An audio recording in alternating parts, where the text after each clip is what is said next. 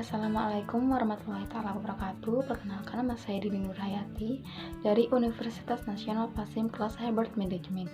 Di sini saya akan menjelaskan tentang cyberbullying pada sosial media, yaitu analisis isi tentang cyberbullying pada remaja di sosial media. Nah, apa itu cyberbullying? Seluruh manusia pasti dekat sekali hubungannya dengan sosial media.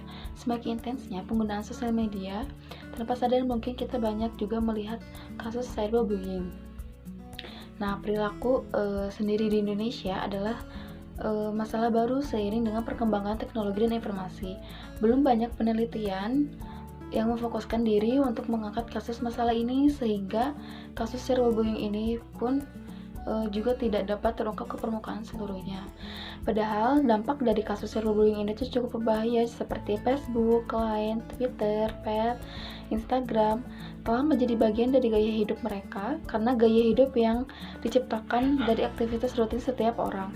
Jadi nggak mungkin zaman sekarang orang-orang nggak mempunyai Instagram, karena di sana banyak banget hal-hal dan informasi yang bagus dan menarik. Nah, jadi cyberbullying itu adalah kondisi di mana seseorang merasa tidak nyaman terhadap informasi, komentar, gambar, foto yang ditujukan untuk dirinya yang bertujuan untuk menyakiti, intimidasi, menyebar kebohongan yang diunggah di jejaring media sosial atau teknologi lainnya yang dilakukan secara berulang-ulang dari waktu ke waktu, yang dianggap tidak mudah melakukan perlawanan atas tindakan tersebut. Nah, bahwa cyberbullying itu termasuk dalam sebuah tindakan kejahatan. Kenapa? Karena merupakan perbuatan yang disengaja dan menimbulkan akibat-akibat yang merugikan. Nah, kejahatan seperti ini tuh perlu dikriminalisasi karena kerugian yang diderita oleh si korban itu dapat lebih serius dan penyebarannya lebih cepat dibandingkan dengan perbuatan yang dilakukan secara manual. Nah, dan si korban ini pun berhak atas pembelaan di mata hukum. Nah, lalu siapa saja yang melakukan atau menjadi korban dari kasus cyberbullying ini? Dalam siapa yang menjadi korban, menurut saya tidak memandang laki-laki maupun perempuan, karena menurut saya kasus cyberbullying ini tuh bisa terjadi atau dialami oleh semua orang, karena kita semua itu mengikuti perkembangan zaman dan teknologi yang semakin canggih. Nah, cyberbullying itu cenderung terjadi kepada korban yang memiliki perbedaan atau pada saat korban tidak memenuhi standar yang dimiliki si pelaku. Nah, kasus perundungan atau cyberbullying ini tuh yang banyak dialami tuh oleh anak-anak usia remaja, karena kalangan remaja itu sering menganggap serius dengan apa yang dikemukakan oleh orang lain begitu saja. Adanya obsesi-obsesi tanggapan dari orang lain tersebut membuat dampak cyberbullying itu akan dirasakan secara terus-menerus gitu. Tidak seperti orang dewasa pada umumnya yang mampu memfilter hal-hal baik maupun buruk. Nah, untuk mencegah agar anak terhindar dari perundungan atau kasus cyberbullying ini tuh yang pertama, pencegahan oleh orang tua, karena peranan oleh orang tua itu sangat dibutuhkan dan tempat pertama untuk memperoleh pendidikan. Nah, orang tua pun harus memberikan edukasi secara online yang aman. Nah, pada dasarnya itu memberikan edukasi tentang tata cara menggunakan jejaring sosial media yang aman kepada anak menjadi langkah dasar dalam mencegah kasus cyberbullying ini gitu.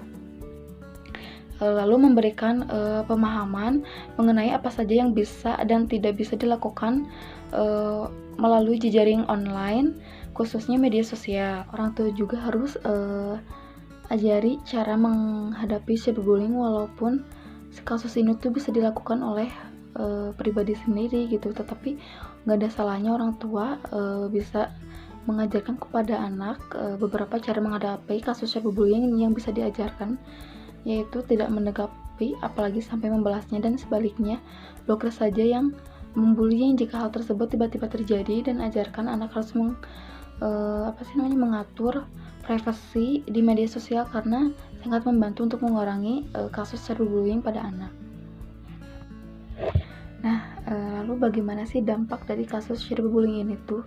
Korban cyberbullying akan mengalami trauma psikologis karena pelaku tuh melakukan secara berulang-ulang dan menghasut orang lain untuk mengikutinya, meskipun si orang lain tersebut tuh tidak mengenal si anak korban. Nah, ada beberapa faktor lain yang membuat seseorang melakukan kepada orang lain tuh, salah satunya adalah faktor trauma psikologis pada masa lalunya. Misalnya trauma berupa keluarga yang kurang harmonis atau kekerasan yang pernah dialami, terus membuat kurangnya rasa empati kepada orang lain dan merasa sempurna dibandingkan dengan orang lain gitu. Nah, jadi cyberbullying itu juga bisa berdampak pada kehidupan seseorang, adanya perasaan tidak percaya diri, akan merasa seseorang tuh merasa lebih nyaman untuk menyendiri gitu, sehingga memisahkan diri dari lingkungannya gitu. Misalnya kayak lingkungan sekolah nih atau lingkungan kuliah, dia akan mengalami penurunan prestasi akademik gitu, atau misalkan tingkat kehadirannya menurun gitu kan, dan mengalami perilaku bermasalah di sekolah ataupun kampusnya, enggan percaya kepada orang lain, sehingga dan bahkan korban cyberbullying itu akan merasa di tengah serangan, meskipun dia berada di rumah gitu, akan merasa depresi, menjadi pemarah, menjadi pencemas, gelisah, menyakiti diri sendiri gitu kan. Bahkan dalam kondisi ekstrim pun dia akan melakukan percobaan bunuh diri. Nah, lalu bagaimana sih penegakan hukum di Indonesia mengenai kasus cyberbullying?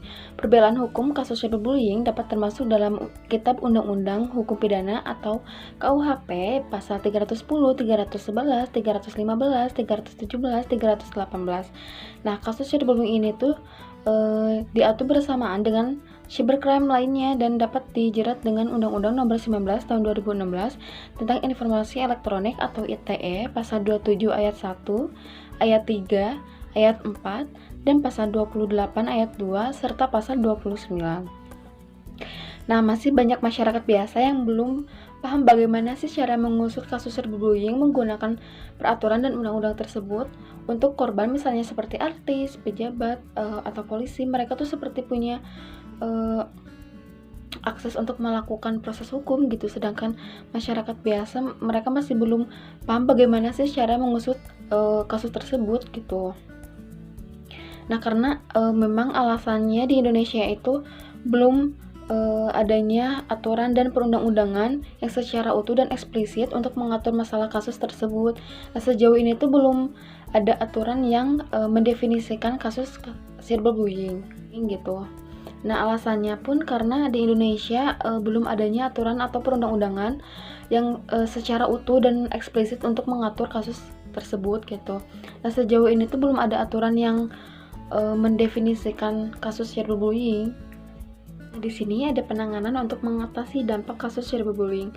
Solusi yang dapat dilakukan adalah dengan melakukan pemulihan kesehatan mental terlebih dahulu, sebab dampak cyberbullying seperti pada fisik, sosial, dan lain halnya bisa saja muncul akibat kesehatan mentalnya terganggu terlebih dahulu. Pengobatan kesehatan mental tersebut dapat dilakukan dengan melakukan konseling atau psikoterapi. Nah, menggunakan konseling atau psikoterapi yang mengarahkan pada orang untuk belajar mengenali kekuatan-kekuatan pada diri, misalnya trauma yang mungkin menjadi sasaran cyberbullying. Kita coba bangun bahwa ada hal-hal lain yang ada dalam dirinya juga kuat dan itu bisa dikembangkan, mungkin malah bisa jauh lebih baik dari orang lain gitu. Jadi tidak hanya fokus pada kekurangan dirinya, tetapi juga pada kelebihannya. Nah, sayangnya itu beberapa korban dari dampak kasus cyberbullying itu tuh memilih untuk tidak melakukan pemulihan kesehatan mental, tetapi si korban malah memilih muncul sebagai pelaku kasus cyberbullying yang baru gitu. Jadi hal ini tuh bisa terjadi karena adanya hubungan dengan motif balas dendam dari si korban. Bagaimana sih cara penyelesaian kasus cyberbullying? Yang pertama itu budayakan untuk membaca terlebih dahulu. Jangan mudah terprovokasi dengan berbagai headline atau berita yang sifatnya bombastis. Nah, mari kita bangkitkan netizen yang lebih humanis dan dimulai dari diri kita sendiri. Yang kedua, follow akun-akun yang berdampak positif. Hal ini akan membuat diri kita merasa positif dalam situasi apapun. Yang ketiga, alasan kenapa bermedia sosial adalah ingin mencari perhatian atau atensi. Oleh karena itu, apabila konten tidak sesuai dengan value atau kesukaan atau peminat, boleh langsung unfollow atau langsung skip saja tanpa perlu menyakiti perasaannya. Nah, jadi perlakukanlah orang lain sebagaimana kita ingin diperlakukan dan berhati-hatilah dan berbijak juga untuk bermedia sosial, karena saat ini itu bukan lagi mulutmu harimaumu, tetapi jarimu harimaumu. Sekian penjelasan dari saya tentang kasus cyberbullying ini, semoga bermanfaat. Assalamualaikum warahmatullahi wabarakatuh.